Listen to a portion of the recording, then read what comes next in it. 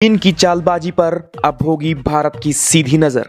LAC तक 135 kilometre की बनेगी सड़क। विदेश मंत्री एस जयशंकर ने दिखाया चीन से निपटने का रास्ता। और भारत में क्या कुछ 8-9 साल में हुए बड़े बदलाव आपको बताएंगे। खबर पूरी विस्तार से। अगर आपने अभी तक हमारे चैनल को सब्सक्राइब नहीं किया है तो प्लीज़ चैनल को सब्सक्राइब कर लीजिए और बेल आइकन को प्रेस कर लीजिए। तो आपको खबर अब बस बताते हैं विस्तार से। जी हाँ दोस्तों, भारत ने पूर्वी लद्दाख में वास्तविक नियंत्रण रेखा यानी एलएसी तक अपनी राह को आसान बनाने के लिए एक रणनीतिक सड़क का निर्माण करना शुरू कर दिया है। इससे चीन की चालबाजी पर नज़र रखने में मदद मिलेगी। यह सड़क पूर्वी लद्दाख में पैंगोंग त्सो के दक्षिण में रणनीतिक रूप से महत्वपूर्ण चुशुल और पूर्वी लद्दाख में डिमचोक के बीच की दूरी को कम करेगा, जो कि 135 किलोमीटर है। इस सड़क में बन जाने के बाद आईटीबीपी के हेना पोस्ट और फुकचे के लैंडिंग ग्राउंड में स्थित तिब्बती शरणार्थी कैंप तक पहुंचने में आसानी होगी। और सीमा सड़क संगठन बीआरओ ने इसका निर्माण गणतंत्र दिवस पर शुरू कर दिया है। इस परियोजना के 2 साल में पूरा होने की उम्मीद है। इस परियोजना के तहत लोमा में सिंधु नदी पर बने लोहे के पुल को कंक्रीट पुल के साथ बदल दिया जाएगा। इससे सेना के पूर्वी लद्दाख के बीचों बीच भारी वाहनों की आवाजाही करने में मदद मिलेगी। चुशुल के लेह से 3 ब्लैंक टॉप लिंक हैं, उनमें से 2 त्यांगसेस पे मिलते हैं। यहाँ से सड़क चांगला पास होते हुए लेह तक जाती है। चुशुल से सिंधु पर लोमा पुल तक जाने वाली लगभग सड़कें कच्ची हैं। लद्दाख स्वायत्त पहाड़ी विकास परिषद के अध्यक्ष तासी ग्लैल्टन ने कहा, रणनीतिक चुशुल डुंगटी फुकचे डेमचोक सड़क के शिलान्यास के साथ हम फिर से एलएसी के पास अपने बुनियादी ढांचे को मजबूत करने की दिशा में कदम आगे बढ़ा दिए हैं। स्थानीय लोगों द्वारा लंबे समय से इसकी मांग भी की जा रही थी और उसको पूरा करना हमारा कर्तव्य है। जी हाँ दोस्तों, उधर जयशंकर प्रसाद यानी भारत के विदेश मंत्री एस जयशंकर अपनी एक किताब में चीन से निपटने का एक बहुत ही अच्छा रास्ता खोजा है और अपनी उस किताब में 8 चैप्टर के बारे में बताया है चीन से विदेश नीति कैसी की है। आपको बताएंगे इस बात को। विदेश मंत्री एस जयशंकर ने कहा कि भारत ने पिछले 8 से 9 वर्षों में बहुत बड़ा बदलाव देखा। उन्होंने कहा, आत्मनिर्भर बनने के देश में एक अग्रणी ताकत भारत है।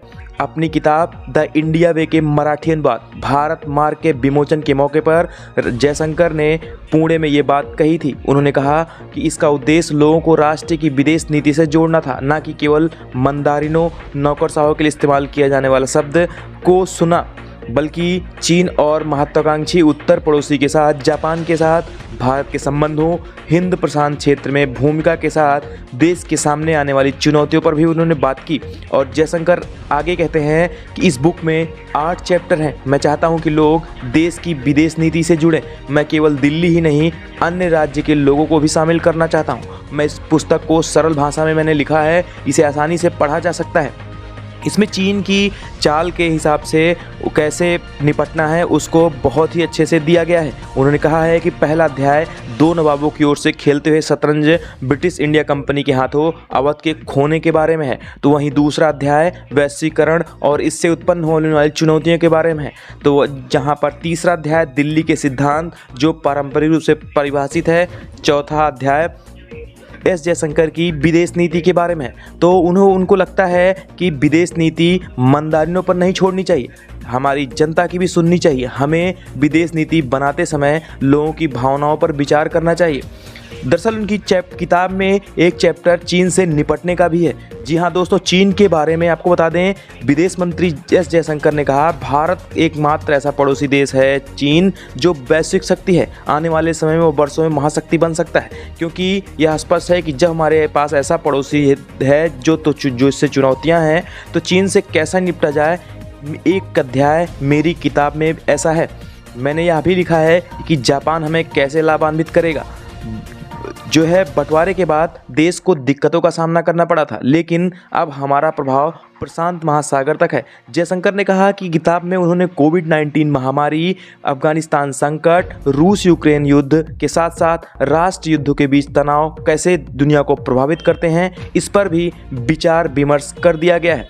आपको आगे बताएंगे कि विदेश मंत्री ने यह भी कहा कि पिछले 8 से 9 साल जब से नरेंद्र मोदी की सरकार सत्ता में आई है, भारत में कैसे बड़े बदलाव हुए हैं। उन्होंने अपनी बात को रखते हुए आगे कहा कि भारत में बड़े पैमाने पर विनिर्माण और तकनीकी प्रगति हो रही है। सबसे बड़ी सफलता हमारे आईफोन के निर्माण की है।